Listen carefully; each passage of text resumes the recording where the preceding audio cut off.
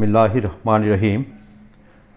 আজকে আমরা আলোচনা করছি এসএসসি 2021 ফিনান্সের। এটা অধ্যায় 1 অর্থায়নের সূচনা। এগুলো লিখতে হবে না, জাস্ট বোঝাচ্ছি যে লাল কালি কোনো কিছু লিখবেন না। আচ্ছা, তো এখন আমি একটু কথা বলছি, আমি সমাধান সংকেত দিয়ে আলোচনা করব। তো সবচেয়ে বেশি ভালো হবে আমি আমারটা আলোচনা করছি, আপনারা যারা খাতা কাটবে তাদের সাথেও একটু মতামত নিলে আপনার নাম্বার পেতে সুবিধা হবে, মনে রাখিয়ে। আচ্ছা, তারপর আসেন আমাদের অ্যাসাইনমেন্টের শিরোনাম।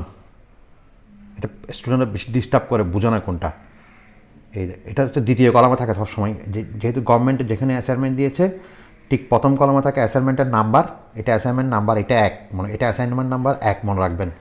এটা অ্যাসাইনমেন্ট নাম্বার হচ্ছে 1 ক্রমিক নং। আর শিরোনাম হচ্ছে কি 2 নম্বর কলামে থাকে সরকারি অর্থায়ন এবং যৌথ মূলধনী ব্যবসায়ীর অর্থায়নের সাদৃশ্য ও বৈসাদৃশ্য নিরূপণ। অর্থাৎ সরকারের সাথে যৌথ মূলধনী কোম্পানির অর্থায়নের মিল অমিল। যৌথ মূলধনী কোম্পানি আপনি ম্যানেজমেন্টেও পড়েছেন, এক মানে কারবার অংশীদার কারবার, যৌথ মূলধনী কারবার। আমি শর্টকাট চেষ্টা করব বুঝাতে। আচ্ছা, এখন আসেন তাহলে অ্যাসাইনমেন্ট শিরোনামটা আপনাদেরকে দিলাম।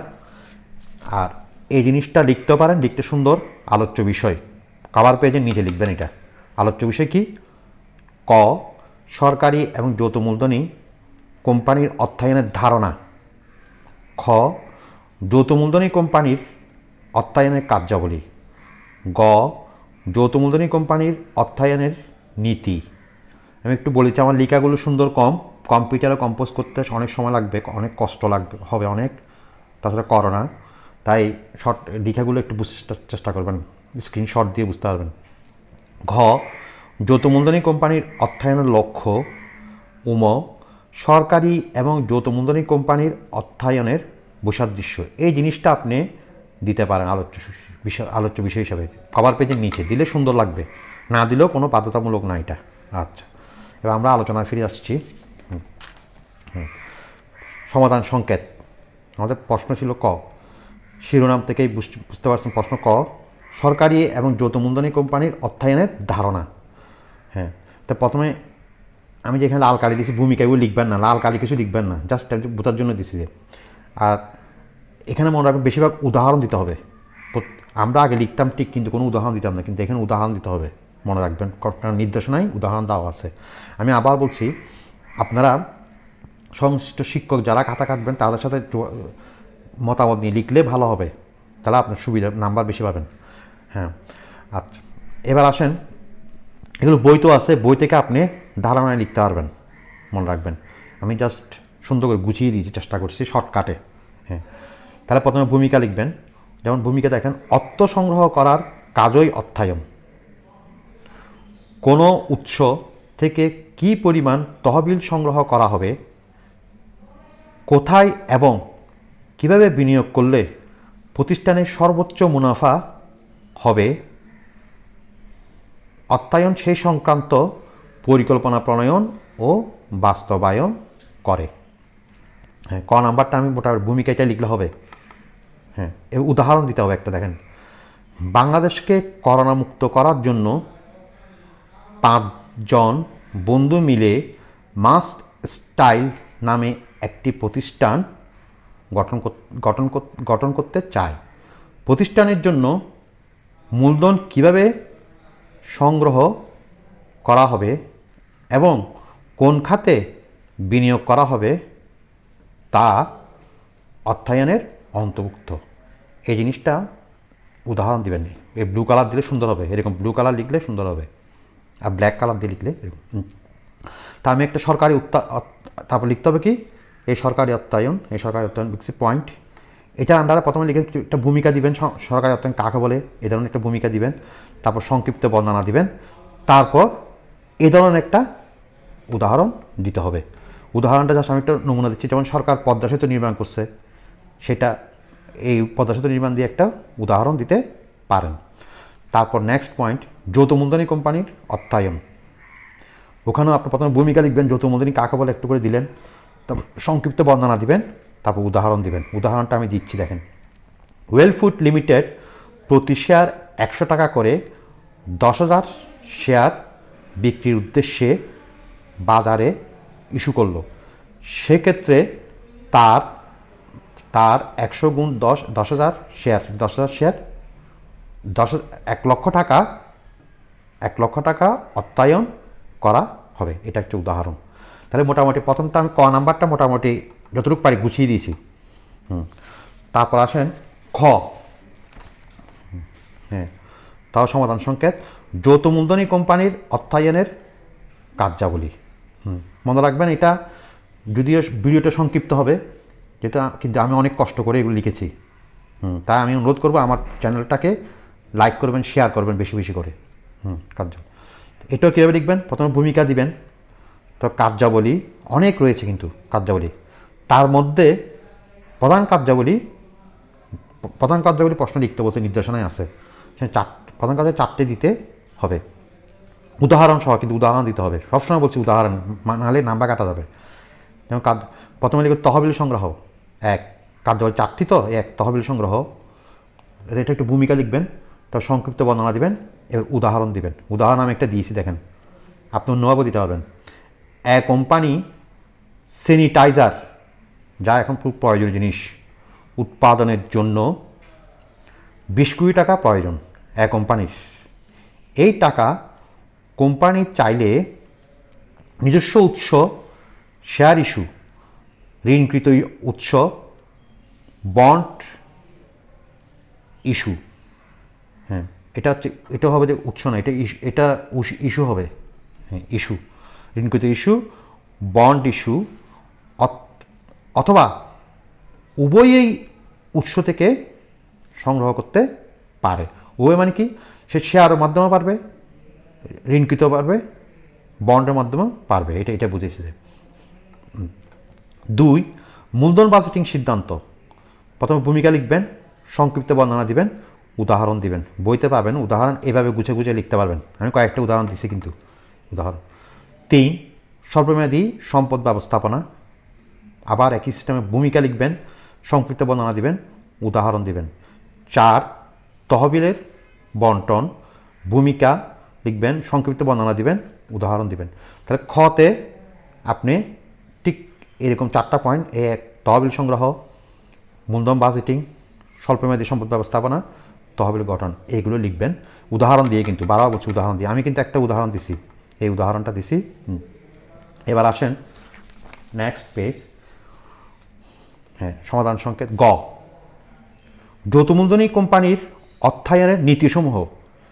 এটা তো লিখবেন কি, ভূমিকা দিবেন, সংক্ষিপ্ত বর্ণনা দিবেন, প্রয়োজনে চিত্র দিবেন। চিত্র আছে কিন্তু, চিত্র দিলে নাম্বার পাবেন। তারপর উদাহরণ দিবেন মাস্ট। দেখেন, হ্যাঁ, 1, ঝুঁকি ও মুনাফা নীতি। একটা চিত্র দেখছেন, এই চিত্র, এদিকে প্রত্যাশিত মুনাফার এই অংশটা হচ্ছে ঝুঁকিমুক্ত আয়ের হার, এই অংশটা ব্র্যাকেট দিছি। আর এই অংশটা হচ্ছে ঝুঁকি অধিহার, মানে ঝুঁকি বেশি। আর এটা হচ্ছে ঝুঁকি, এখানে ঝুঁকি আছে, এই ঝুঁকি লিখছি, ঝুঁকির বেশিটা। এটা বইতেও আছে, পাবেন। হ্যাঁ, তো চিত্র, ঝুঁকি ও মুনাফার মধ্যে সম্পর্ক, চিত্র, এটা চিত্র দিলে নাম্বার পাবেন।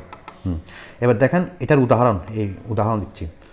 ডি ব্যাংক, ডি নামে একটা ব্যাংক আছে, গ্রাহকদের কাছ থেকে 200 কোটি টাকা মূলধন সংগ্রহ করলো, অর্থাৎ ডি মূলধন পাইছে। এই ডি ব্যাংক চাইলে এই তহবিল ঝুঁকিমুক্ত খাতে, যেমন ট্রেজারি বন্ড। ট্রেজারি বন্ড কি? সরকারের কাছে টাকা দেওয়া, সোজা কথা। তাহলে সেজন্য ঝুঁকিমুক্ত বিনিয়োগ করতে পারে। অথবা ঝুঁকিযুক্ত, অর্থাৎ যেখানে ঝুঁকি আছে, ঝুঁকিযুক্ত খাতে, যেমন শেয়ার মার্কেটে কিন্তু রিস্ক আছে। আজকে এই রেট, কালকে এই রেট কমে যাচ্ছে, আবার বাড়তেছে, এরকম শেয়ার মার্কেটে বিনিয়োগ করতে পারে। উল্লেখ্য যে শেয়ার মার্কেটে ঝুঁকিও বেশি, আবার আয়ও বেশি। এবার আসেন নেক্সট ঘ। আরও আছে। 2, তারল্য মুনাফা নীতি। সংক্ষিপ্ত বর্ণনা দিবেন, প্রয়োজনীয় চিত্র দিবেন, উদাহরণ দিবেন। 3 পোর্টফোলিও বৈচিত্র্যায়ন নীতি, এটা আপনারা জানেন বৈচিত্র্যায়ন নীতি। সংক্ষিপ্ত বর্ণনা দিবেন চিত্রসহ, উদাহরণ দিবেন। যেমন তারল্য নীতিতে সংক্ষিপ্ত বর্ণনা, প্রয়োজন চিত্র, ভূমিকা লাগবে না, ভূমিকা আমরা একটু আগে দিয়েছি। তারপর অর্থের সময়মূল্য নীতি, উপযুক্ততার নীতি। তাহলে আমার নীতি মোটামুটি আবার বলতেছি, চিত্র এই নীতি যেহেতু একটা 4 নাম্বার, সেজন্য আমি নীতি 5টা দিয়েছি। দেখেন, 1 ঝুঁকি মুনাফা নীতি, চিত্র দিবেন, আবার বলছি চিত্র দিবেন, উদাহরণ তো দিয়েছি। 2 তারল্য মুনাফা নীতি, 3 পোর্টফোলিও বৈচিত্র্যায়ন নীতি, 4 অর্থের সময়মূল্য নীতি, 5 উপযুক্ততার নীতি। নীতি আরও আছে, তবে যেহেতু 4 নাম্বার আমরা একটু আরেকটা বেশি বাড়িয়ে দিয়েছি। আচ্ছা, এটা আমাদের বাঙালিদের ধর্ম, বেশি বেশি লিখা, কিন্তু চাইছে 4টা, তবু আমরা ইচ্ছা করে একটা বাড়া লিখি। এটা দিয়ে মনে হয় বোঝা যাচ্ছে আমরা যে লোভী, সেটা বোঝা যায়। আচ্ছা, নেক্সট ঘ সমাধান সঙ্গে ঘ বলছে কি, যৌথ মূলধনী কোম্পানির অর্থায়ন লক্ষ্য। এখানে একটু ভূমিকা দিবেন, 3-4 লাইন ভূমিকা লিখলে হবে। হ্যাঁ, এই লক্ষ্য সাধারণত 2টা। 1 মুনাফা সর্বোচ্চকর বা সর্বাধিকরণ, এটা সংক্ষিপ্ত ব্যাখ্যা দিবেন, প্রয়োজনীয় চিত্র দিবেন। আবার লক্ষ্য অর্জনের কমপক্ষে 2টি উপায় দিতে পারেন, 2টি উপায় কমপক্ষে, আপনি চাইলে 3টাও দিতে পারেন, কিন্তু কমপক্ষে 2টা দিবেন উপায়। তার মানে কি, লক্ষ্য অর্জন এই জিনিসটা উপায় দিতে হবে কমপক্ষে 2টা। যেমন এখানে একটু মুনাফা সর্বাধিকার সম্বন্ধে এখানে সংক্ষিপ্ত ব্যাখ্যা দিবেন। তাও বলছে কি লক্ষ্য অর্জনের উপায়, এই লক্ষ্য অর্জনের উপায় আমি একটু দিচ্ছি। দেখেন, 1 মুনাফা হলো দক্ষতার মানদণ্ড, একটু বর্ণনা লিখতে হবে এটার পরে। 2 সম্পদের সুষ্ঠু ব্যবহার। 3 সামাজিক কল্যাণ। সবগুলো একটু বর্ণনা দিতে হবে, আমি জাস্ট পয়েন্ট লিখছি এখানে। 3 সম্পদ সর্বাধিকরণ, তাহলে লক্ষ্য 2টা, কিন্তু সরি এটা 2 নাম্বার হবে, এটা 2। এটা সম্পদ সংক্ষিপ্ত ব্যাখ্যা দিবেন, প্রয়োজনীয় চিত্র দিবেন, চিত্র দিলে ভালো, না দিলেও সমস্যা নাই। লক্ষ্য অর্জনের কমপক্ষে 2টা উপায় লিখতে হবে, এই লক্ষ্য অর্জনের 2টা উপায় আমরা লিখছি। অর্থের সময়মূল্য বিবেচনা করে এখানে, আর মুনাফার স্পষ্ট ধারণা চাই এরা, কিন্তু এখানে মুনাফার স্পষ্ট ধারণা চায় না, মুনাফা হলো হয়েছে এই পয়েন্টে। কিন্তু সম্পদ সর্বাধিকরণের ক্ষেত্রে বলছে মুনাফা এটা কি স্পষ্ট স্বচ্ছতা চিন্তা করে এখানে। হ্যাঁ, তাহলে ঘ। এবার আসেন উম, সরকারি এবং যৌথ মূলধনী কোম্পানির অর্থায়নের বৈসাদৃশ্য মানে পার্থক্য। প্রথমে একটু ভূমিকা দিবেন, তার পার্থক্য লিখবেন কমপক্ষে 4টি। তো 4টি থেকে আমরা আর কয়েকটা বাড়িয়ে লিখবো, 4 নাম্বার ঠিক, কিন্তু একটু বাড়িয়ে লিখবো। হয়ে দেখেন, ছক আকারে লিখবেন পার্থক্যের বিষয়, সরকারি অর্থায়ন, কোম্পানির অর্থায়ন, এটা বইতে আছে, পাবেন। এই পয়েন্টগুলো সংজ্ঞা, উদ্দেশ্য, নিয়ন্ত্রণ, জামানত, আওতা, দেলিয়ত্ব। তো আমি একটু উদ্দেশ্য বলছি। যেমন এর সরকারি অর্থায়ন উদ্দেশ্য হচ্ছে কি মুনাফা অর্জন নয়, আর এদের উদ্দেশ্য হচ্ছে মুনাফা অর্জন। আর এটা সরকার নিয়ন্ত্রণ করে, এটা সরকার নিয়ন্ত্রণ করে না, এই ধরনের জিনিস। এখানে জামানত লাগে না, এখানে জামানত লাগে। এইগুলো বইতে আপনি পাবেন। জাস্ট আমি ছকটা দিয়ে দিচ্ছি, পেন্সিল দিয়ে ছক করবেন। আশা করি সবাই ভালো থাকবেন, আমার জন্য দোয়া করবেন। আমি আপনাদের জন্য কষ্ট করেছি। আপনারা আমার চ্যানেলকে অবশ্যই লাইক শেয়ার করবেন, যদি ভালো লাগে। হ্যাঁ, অবশ্যই সাবস্ক্রাইব করবেন, সবাইকে বলবেন। হ্যাঁ, আমি এখানে জাস্ট প্রত্যেকটা বইতে পাবেন এগুলো, জাস্ট সবগুলো একটা কাঠামো দিয়ে দিছি। খোদা হাফেজ, ভালো থাকুন, সুস্থ থাকুন।